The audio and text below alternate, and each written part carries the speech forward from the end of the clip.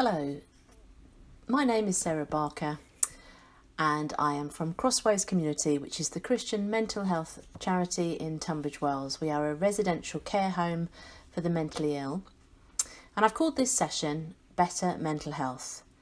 And for the next hour we're going to look at how mental illness makes the world around us look different, how society has dealt with mental illness over the years, a few personal insights with some videos. We're going to explore some mental illnesses, and then we're going to finish with strategies for good mental health. So hopefully you'll understand something maybe in a different way that you've heard it before. Next slide. I wonder what hits you the first time you see this chalk drawing. Of course, like I've said, it is a drawing. So if the woman in the white coat stepped forward 3 steps, there would be no danger. But I wonder if that's what your brain told you when you first saw this image. Now, this is the very clever artist Julian Beaver, who does these pictures all over the world. Incredible.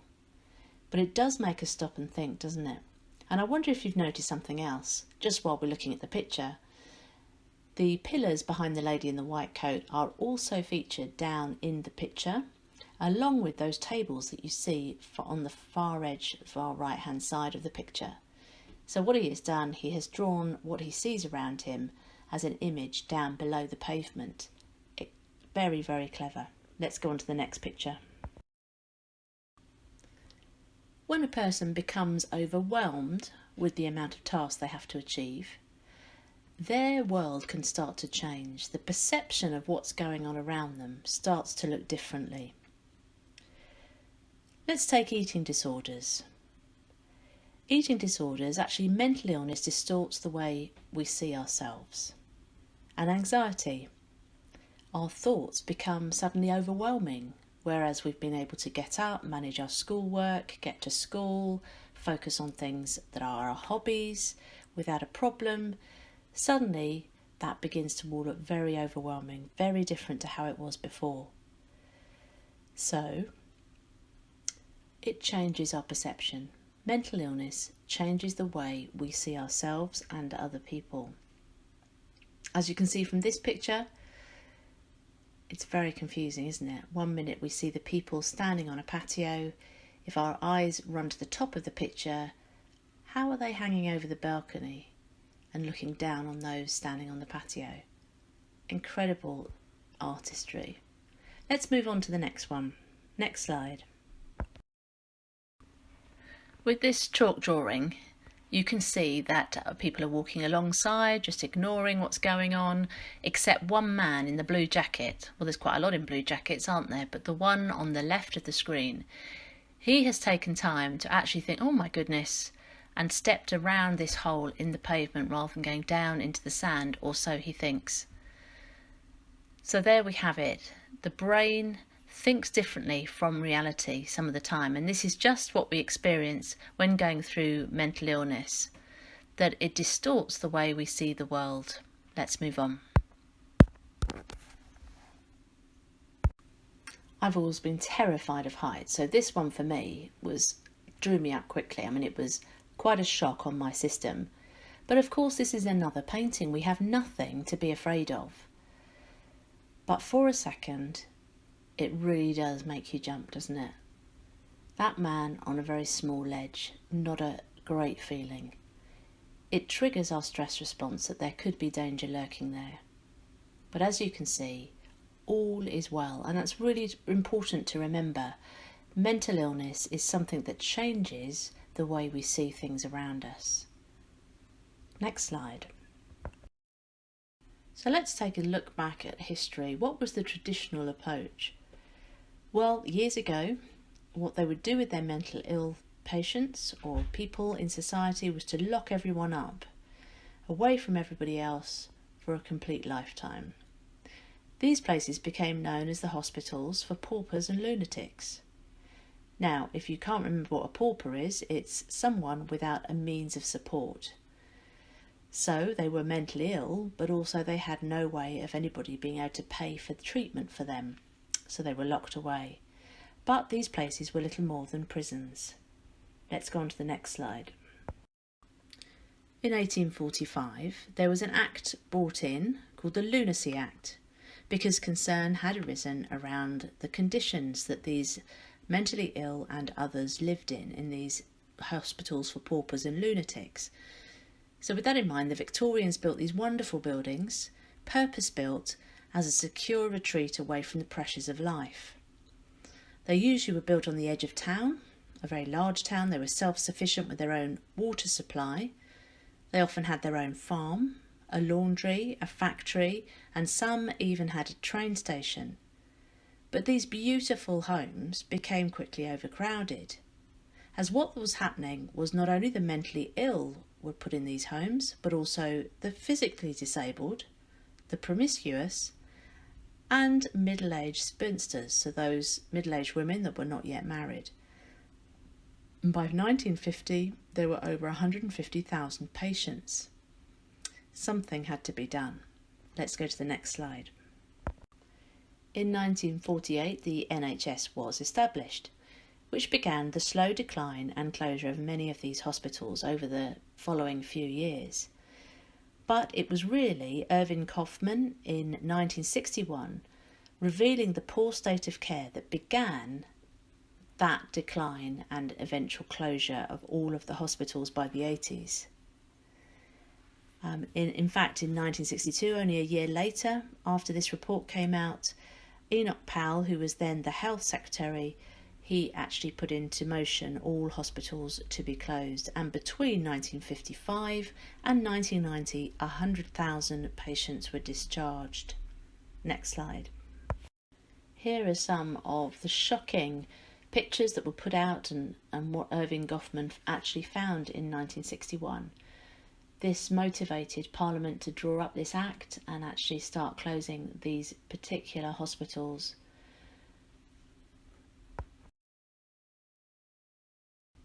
So in history we learnt that way back when traditionally the mentally ill were taken away from the community, now we see that very much they are a part of our community. So from the 1960s onward, all began to change. The mentally ill during the 1970s were cared for very much in hospitals, and psychiatric units were set up for the long-term mentally ill in the 80s. So this was a big shift towards community-based care rather than isolating these people alone. Well, we know that what is different today is that we very much look after our mentally ill within the community, which has got to be better. But I wonder what has really changed. Well, the government has made it compulsory to talk about mental health in schools, as we see written there, which is why we can come in and talk to you. There's so much more media coverage. We see celebrities come forward and talk about their own mental health problems and how they have struggled and fought through that time and got help and eventually got better. There's a lot more training available in all places of work. So that's for teachers, for doctors, for management staff to be able to care for their workers. All across the work sector we find training available in this area now. And of course, like I mentioned earlier, doctors are very much more informed than they were and equipped to deal with any mental health issue that comes into their surgery. Let's go to the next slide. Here is a conundrum for you. We have the green cylinder sitting on a checkerboard, and I want you to look at square with the A on it and the square with the B on it. There they are again. Now, I wonder if you can tell me what colour A is. The square behind A is dark grey, yes, good. And the square behind the B is, well, we're going to call it the white square. Well, let's just see what happens.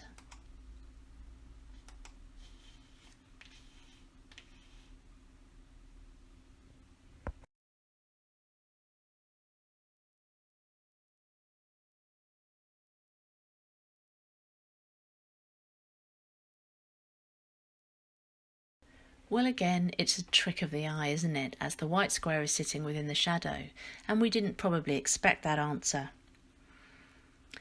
Well, what in society are we still getting wrong? Do we really accept that people are different to us? Are we drowning in information about how to stay mentally well and mental illness? Do we almost think that we have to have a mental illness to fit in? And has society become too inward looking? Well, these are big questions, aren't they? And I hope to come to some conclusion by the end. Let's go on to the next slide.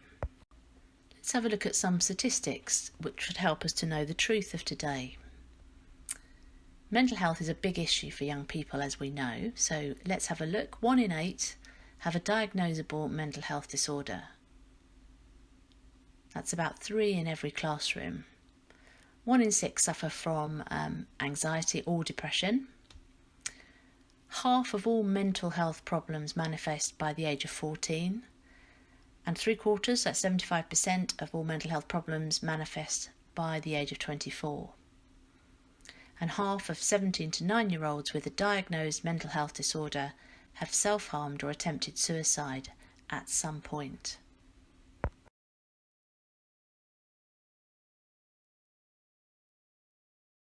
So I wonder why we are still getting things wrong. What is happening?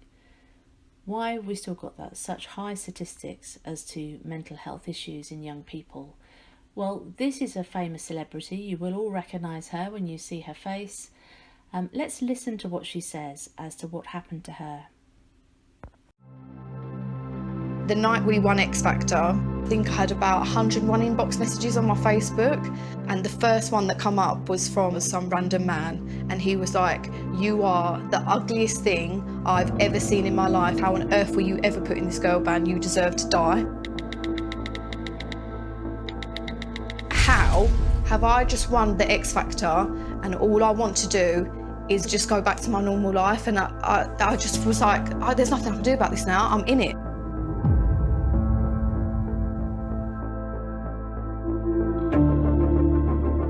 The whole world had an opinion on me, and they weren't good ones. From the minute them comments started, it became the worst time of my life. I wasn't known as just one of the singers in Little Mix. I was known as the fat, ugly one.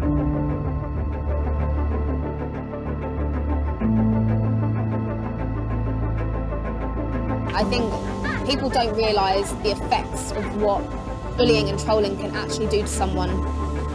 The three of us, like as our mates, just didn't know what to do and just had to sort of watch this amazing, funny girl sort of become a bit like a broken doll. It was horrible.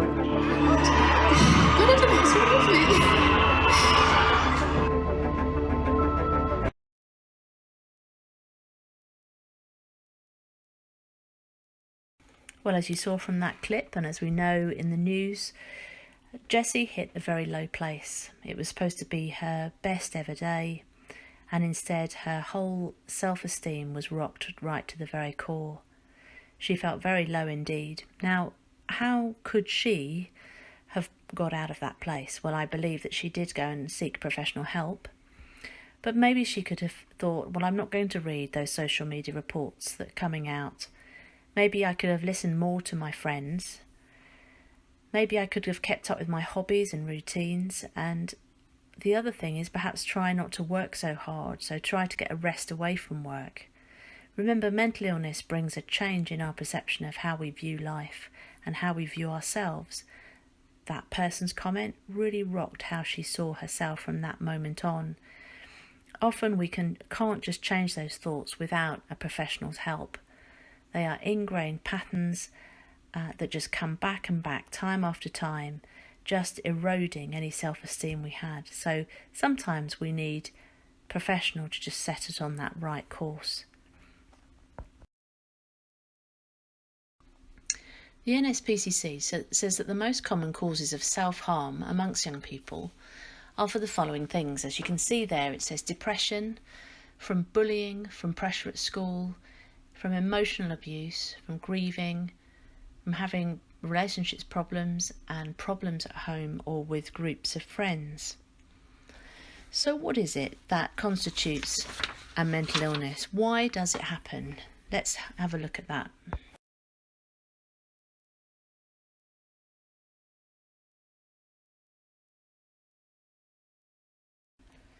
Why does mental illness happen? Well, let's explore what helps good mental health, and that might encourage us to understand a little bit more about why it does happen. Well, as you can see, the poor mental health and good mental health is what we call on a continuum, and that continuum I've drawn as represented by a seesaw. And you know, seesaws can rock up and down, so some days we have good days, other days we have bad days, and that's really normal. But what can really make a difference to that seesaw becoming balanced and in a good place is the building blocks underneath it, and I've represented them by the things that we grow up with in childhood. If those building blocks are all in place, the more resilient we are to face knockbacks in life. So let's go through what they are. Well, we need to develop a good sense of moral code, so learning the difference between right and wrong. And we start learning that right from toddlers, don't we? The second building block is all about maintaining and understanding what makes a relationship work. So building relationships with parents, with siblings, with young friends at preschool, and starting to build those relationships in primary school and onto secondary school. The other thing is maintaining or having an ability to have a good sense of self-worth. So learning who you are as you're growing and holding on to those things that you are good at and what makes you you, and feeling proud of yourself. And the last one there is the ability to play and learn appropriate to your age. Now, the last one is a bouncing ball, and it's really important that we have resilience, the opportunity to bounce back when all is not looking so good for us. Now, that bouncing ball will be all the more bouncier if those building blocks are in place. And I know, as I'm talking to you now, that's always not possible for everybody. But I'm just saying those building blocks are the foundations that we all need. Next slide. So here we have our seesaw again. So what factors contribute to that seesaw maybe just slightly slanted down to one the side of poor mental health? Well, at the top here I've got a pizza. Now, although pizza's not bad in itself, too much bad food does not help our mental health. We have illness too. That puts an incredible strain on the family. If it's you that's unwell, well then you will struggle within yourself to stay positive and mentally well. You know, it does take an effect. It will start to push that seesaw down the other way. Maybe like Jessie Nelson, we are very much hooked on social media. We are very much aware of the likes that we get. Sometimes that can contribute to a sort of eroding of our self-esteem. So maybe that's one area as well we've got to watch out for. You may have problems with depression. You may feel not so positive every morning, and that's a real struggle for you to maintain that positive outlook that you need in life. Misuse of alcohol and drugs can lead us to feel very poor in our mental health. Maybe there's something in our DNA. We are prone to depression. Not enough sleep, so year 10s should be getting between 7 and 9 hours a night. And then there's the trauma. These are the things that we cannot predict in life, that we cannot plan for, tragedies that happen on the road, things like the pandemic, which has caused a lot of people to lose loved ones. So big items in the family, big things in life that come along can cause that seesaw just to tip as well. Now, what if we don't have those building blocks? That seesaw is not going to balance itself very easily there. So the more resilient we can be, those building blocks in place, the easier it is for that seesaw to right itself once more. So next we have a clip of a few young people that are talking about exactly how they feel with their depression and anxiety. So, because you're all on edge all the time, do you always think that someone's going to attack you or something? What's the most awkward thing someone has asked you about your anxiety? Once I was like shaking and fidgeting, and then someone asked if I was cold and I needed a coat. That was pretty awkward because I was absolutely fine. This guy asked me why I looked so terrified, and I said I have anxiety. And he turned around and said, "Boo." And I looked at him in disbelief. What does it feel like to have anxiety? Having anxiety can be very debilitating. It can kind of feel quite crushing. It feels lonely. It feels like everyone else is just coping and you're not. How do you manage your anxiety? Make sure I'm doing positive things. Physical exercise. I learned a lot of yoga and mindfulness techniques. Keep myself busy, keep myself occupied. Time out is a very important one when you've got anxiety. Reevaluate everything and how I'm feeling. Talking. That's my thing for everyone, just talking to somebody. Like, there's so many different facts that support the idea of you not being alone, and it's true, you're not alone. Odds are there's somebody in your friendship circle that has anxiety or depression that can reason with you, that can help you.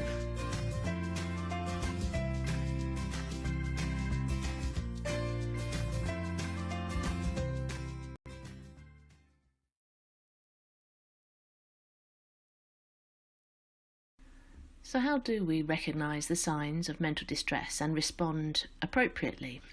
You heard from that clip that, yes, people did see signs and did respond, but inappropriately, and sometimes made the situation a lot worse. So we need to recognise what those signs are.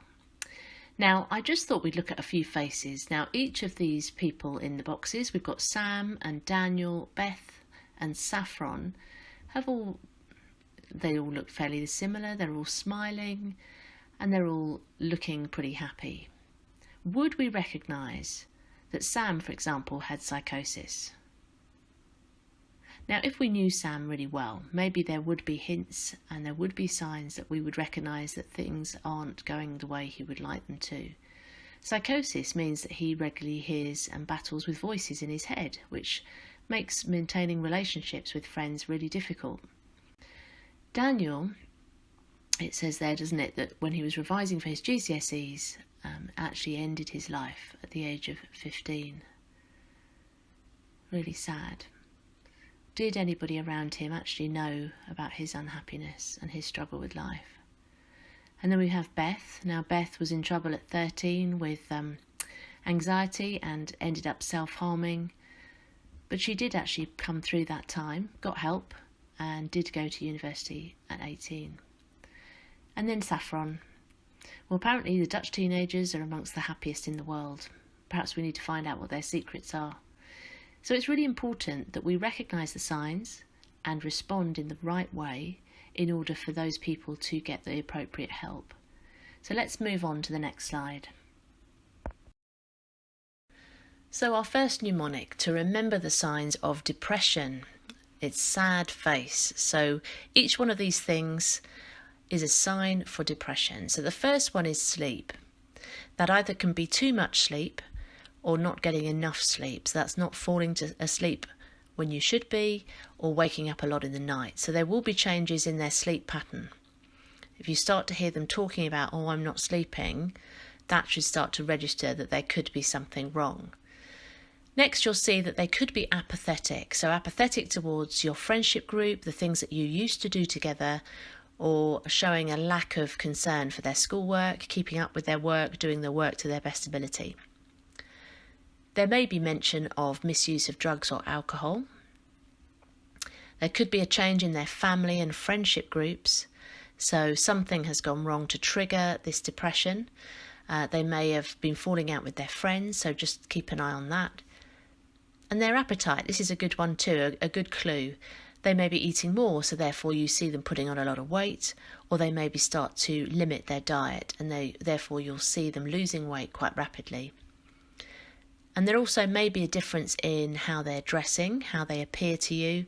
They may be dishevelled, not caring what they look like, not caring about the clothes they wear, or they may be putting a lot more time into their appearance. And the other thing that you may see is that they become very emotional. So they're easily angered. They may be easily sad or tearful when you speak to them, or they're just generally in a very low mood a lot of the time. So that's sad face. We'll move on to the next one. So the way we learn the signs of anxiety is by the mnemonic stress. So we start with sleep again. So again, sleep is the factor that starts us thinking. It's the main sign. So again, they can either not be getting off to sleep when they need to, they could be waking in the night, or they're having too much sleep, so they have difficulty getting up in the morning. T is for thinking, so they've got difficulty concentrating or keeping up with what you're saying in a conversation. You may notice that they're just not fixed on their work at all. They could be just their mind wandering all over the place. They would be having recurring thoughts. So these are patterns of thinking, negative thinking that go round and round. So you may think, well, they've told me that situation for the last 2 days. Why are they talking about it again? But it will come back to bother them over and over again. Whatever it is that's on their mind, they will have to keep talking about it and thinking through it. They may become emotional, so easily angered or frustrated with you.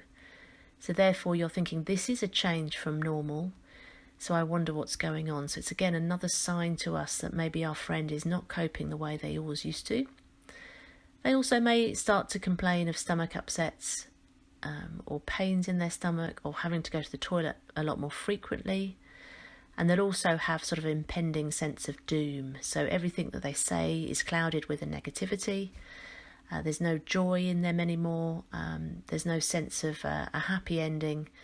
They will be very much sort of closed down to any joy in their life. So that's stress, sleep, thinking, reoccurring thoughts, emotional, stomach upsets, and a sense of doom. Let's go on. Okay, next we have some of the signs of eating disorders. Again, this is a serious problem, and it needs for us to be really aware of these signs so that we can get help quickly for our friend that needs that. So we remember this one as waffle. So that's weight, attire, food, focus, loo, and exercise. So let's go back to the first one. So is their weight changing? Are they putting on weight rapidly? Are they losing weight rapidly? What do they look like? So have they started to cover up their body? Do they not want you to see them putting on weight? Do they not want you to see them losing weight? Do they not like the shape they are? Do they talk about their body shape all the time? Take a look at what food they're consuming. Are they skipping lunch? Are they not eating the chocolates that are passed around in class?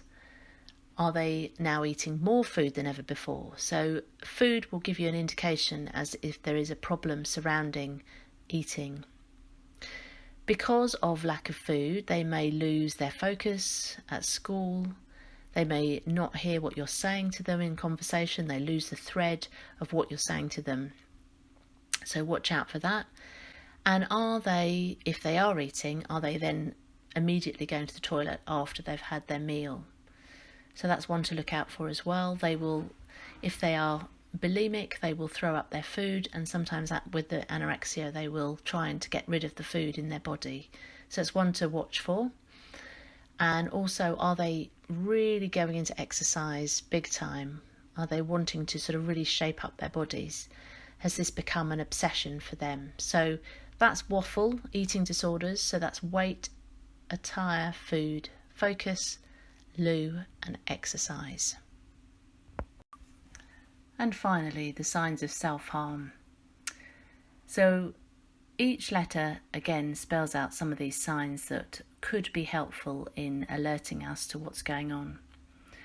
First of all, we've got S for scalds or burns. They may very much want to hide this from you. There's usually cigarette burns, maybe on their arms, maybe in places that are normally covered by clothing. But you may see them on the back of the hands too. There'll be sudden changes in their behaviour. They'll become quite angry or aggressive, especially when you start to ask questions about what's going on. So just be understanding, just go with it, but that is a sign that there is something they are hiding. So different emotions from normal. Loose or baggy clothing, even in warm weather it says there, so they will try to hide the fact that they are self-harming. So that might be a change that you would recognise. F for failure, they might start to talk about themselves as being worthless or hopeless. They may well pull out their hair. So if the hair is thinning, or you see them just trying to get hair off their clothes and you're wondering where all that hair's come from, that is one way that self-harmers will release that emotional pain inside. There may be a misuse of alcohol or drugs to try and drown out their inner pain. Something else to be aware of. They will become reclusive, so become withdrawn from you and your friendship group. Also look out for for marks or cuts or bruises, which will again be on their body, their legs, their forearms too. So that's self-harm, scolds, emotions, loose or baggy clothing, feeling of failure, hair pulling, misuse of alcohol or drugs, reclusive, and marks. Okay, let's move on. So how can we help? If we see these signs, what can we do?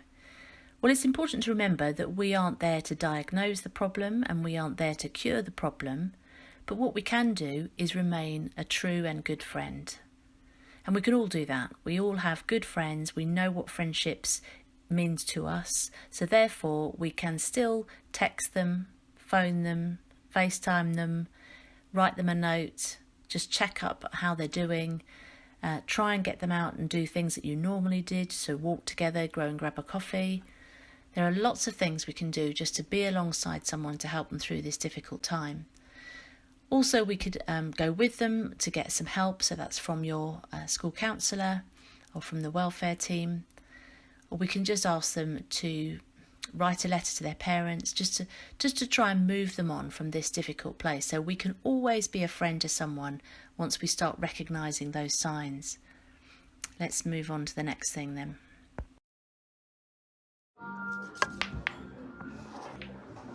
You alright, Tom? Yeah, I'm alright. Sometimes humans say they're alright when they're not. But with 1 in 10 young people experiencing a mental health problem, to really find out, ask twice. Are you sure you're alright, bro? Well, actually, there's something which I feel a bit weird. I feel like I want to talk to someone about it, but I'm not sure who to speak to. Bro, of course you can talk to me, man. Are you sure? Like, yeah.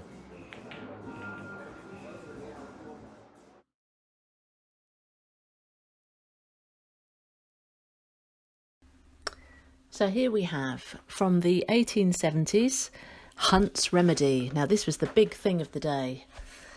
This remedy was supposed to cure dropsy, cure problems with your urinary tract, all diseases to do with the kidneys and the bladder.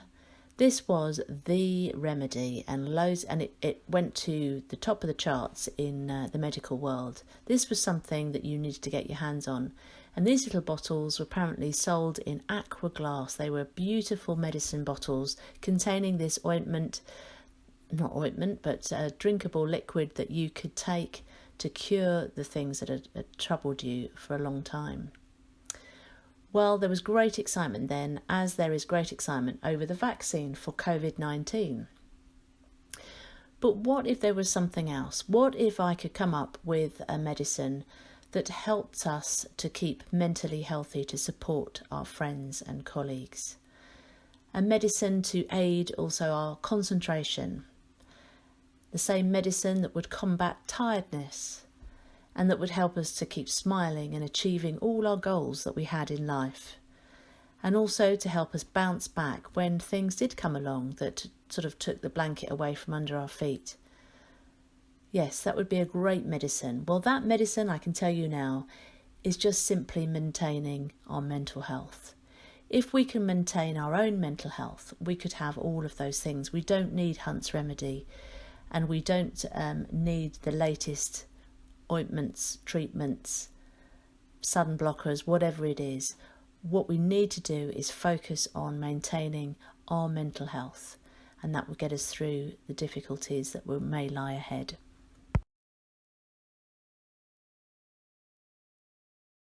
So our new medicine is going to be keeping on top of our own mental health.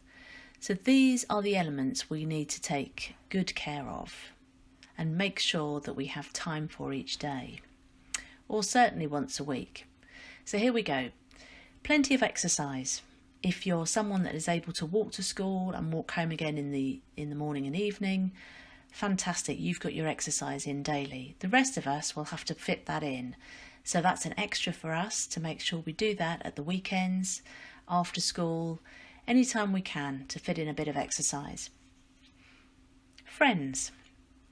We all have plenty of friends. They come in all shapes and sizes, don't they? Some of them encourage us and inspire us. Some help us to laugh at ourselves and have fun. And others are a little bit more demanding, aren't they? Whether they require a lot of our time, a lot of our energy. So what I'm saying is that make sure you spend some time with those encouraging friends and the friends that make you laugh. That will be really good for our mental health. The next two are sort of linked together. Plenty of water during the day. Make sure we keep well hydrated, and also keep a check on the amount of food we have. Is it healthy? Is it good for us? It's always good to have lots of fruit and vegetable, as we know, as we've been taught, but it is really healthy and really good for our mental health and physical health. Plenty of sleep. So as I said before, year 10 should be getting between 7 and 9 hours, sorry, not 10, much as you can is great, but 7 and 9 hours sleep is the recommended amount for year 10s. Try and get to bed on time, stick to the same sort of schedule each day, and obviously come off screens an hour before you want to go off to sleep. Next one, I'm going to leave this one a little bit up to you, but how much does social media play havoc with your mental health? A lot of you will use social media to encourage you, to make you laugh, to connect with friends. Absolutely brilliant. But if it starts to affect your self-esteem, maybe you should try and limit some of the time you spend on that social media site. If you play a musical instrument or you love listening to music, that again is a really good thing for our mental health. So keep that up. The next one is our little superhero friend. Can you do something for someone else every day? That's very good for us as well. To support someone, maybe that's just loading the dishwasher for mum, maybe that's helping a sibling with some homework, maybe that's just nipping down to the shops to get some milk for mum. That will be brilliant. And then we've got to keep up our hobbies, that's also very good. So whether you're a sportswoman, man, whether you're an artist, whether you love to read books, please make sure that time is spent on that hobby. And then last of all, and especially now during lockdown, take time to learn a new skill. Whether that's an online lesson that you take, whether that's something you just want to sit and develop at home, please take some time out this weekend to learn a new skill. So with all that in mind, that is our new remedy for keeping ourselves mentally well. So you should know somebody who you think you ought to have another chat with to see if they're okay. If you need to take them to somewhere to get help, we obviously have your school welfare team, form tutor, there's your parents. If any of those are difficult to get to, then there's the Childline number there for you. And if you want to look up some more things on Young Minds website, there's a fabulous resource bank there with videos, with information, written information, with websites that you can look up just to get yourself familiar with some of the signs and symptoms of mental illness, so that you can understand friends better when they begin to talk to you, or whether that's issues that you would like to discuss as well or find out more about. Now we've got to the end of our formal lesson on better mental health, but I wanted to give you a few questions just to see if you've been listening. So a little quiz for you. So get a piece of paper and a pen. We're going to look at these questions. I'm going to give you a few seconds to write the answer, and then we'll go through the answers on the next slide. So if you've got your paper and your pen ready, here we go. Question 1. How were the mentally ill looked after in Victorian times? So we had traditional times, then we had Victorian times. What was the change between those two eras? If you could write the answer down now.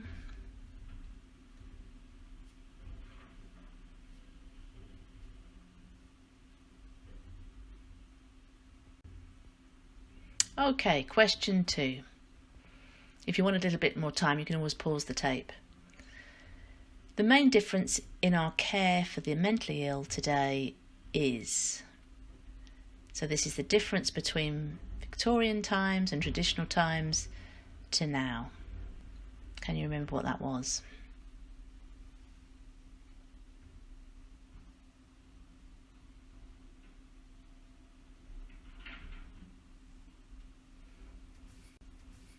Okay, next question. Question 3.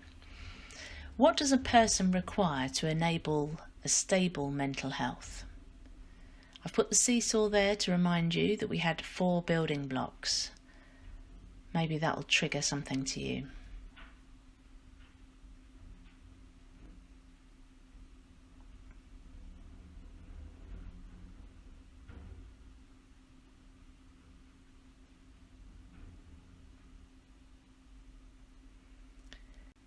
Question 4. Now, waffle may mean a pancake to you, but after this lesson, hopefully waffle means something else. Do you remember what that meant in our lesson? Now, you may even go further than that. You may even remember what that acronym stands for. So you can either write down what it means, or you can even try your hardest to think what those signs are that it was standing for.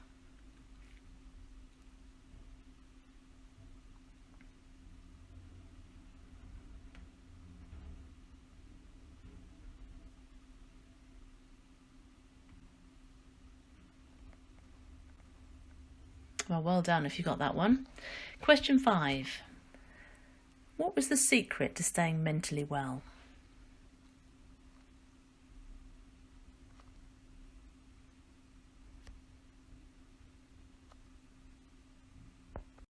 Okay, so now for the answers.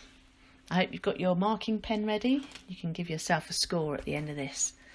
So let's go through those answers. Question 1. How were the mentally ill looked after in Victorian times?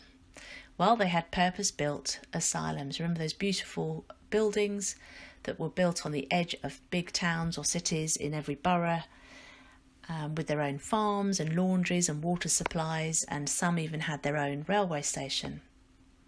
Well done if you got that one. So question 2, what was the main difference in our care for the mentally ill today? Well, the care is taken within the community. So we look after our mentally ill within our own communities rather than putting them away in these purpose-built buildings or locking them away from the edge of all that goes on in our communities. So well done for that one. Question 3, what does a person require to enable a stable mental health? Well, remember those building blocks that hold up that seesaw.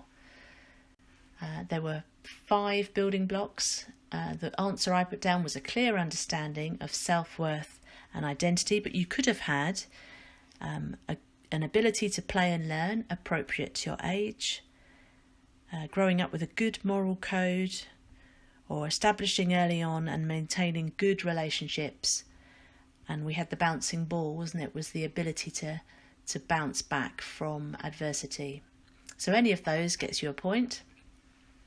And question 4, what does waffle mean to you after this lesson? So before this lesson, you would have thought, great, pancakes.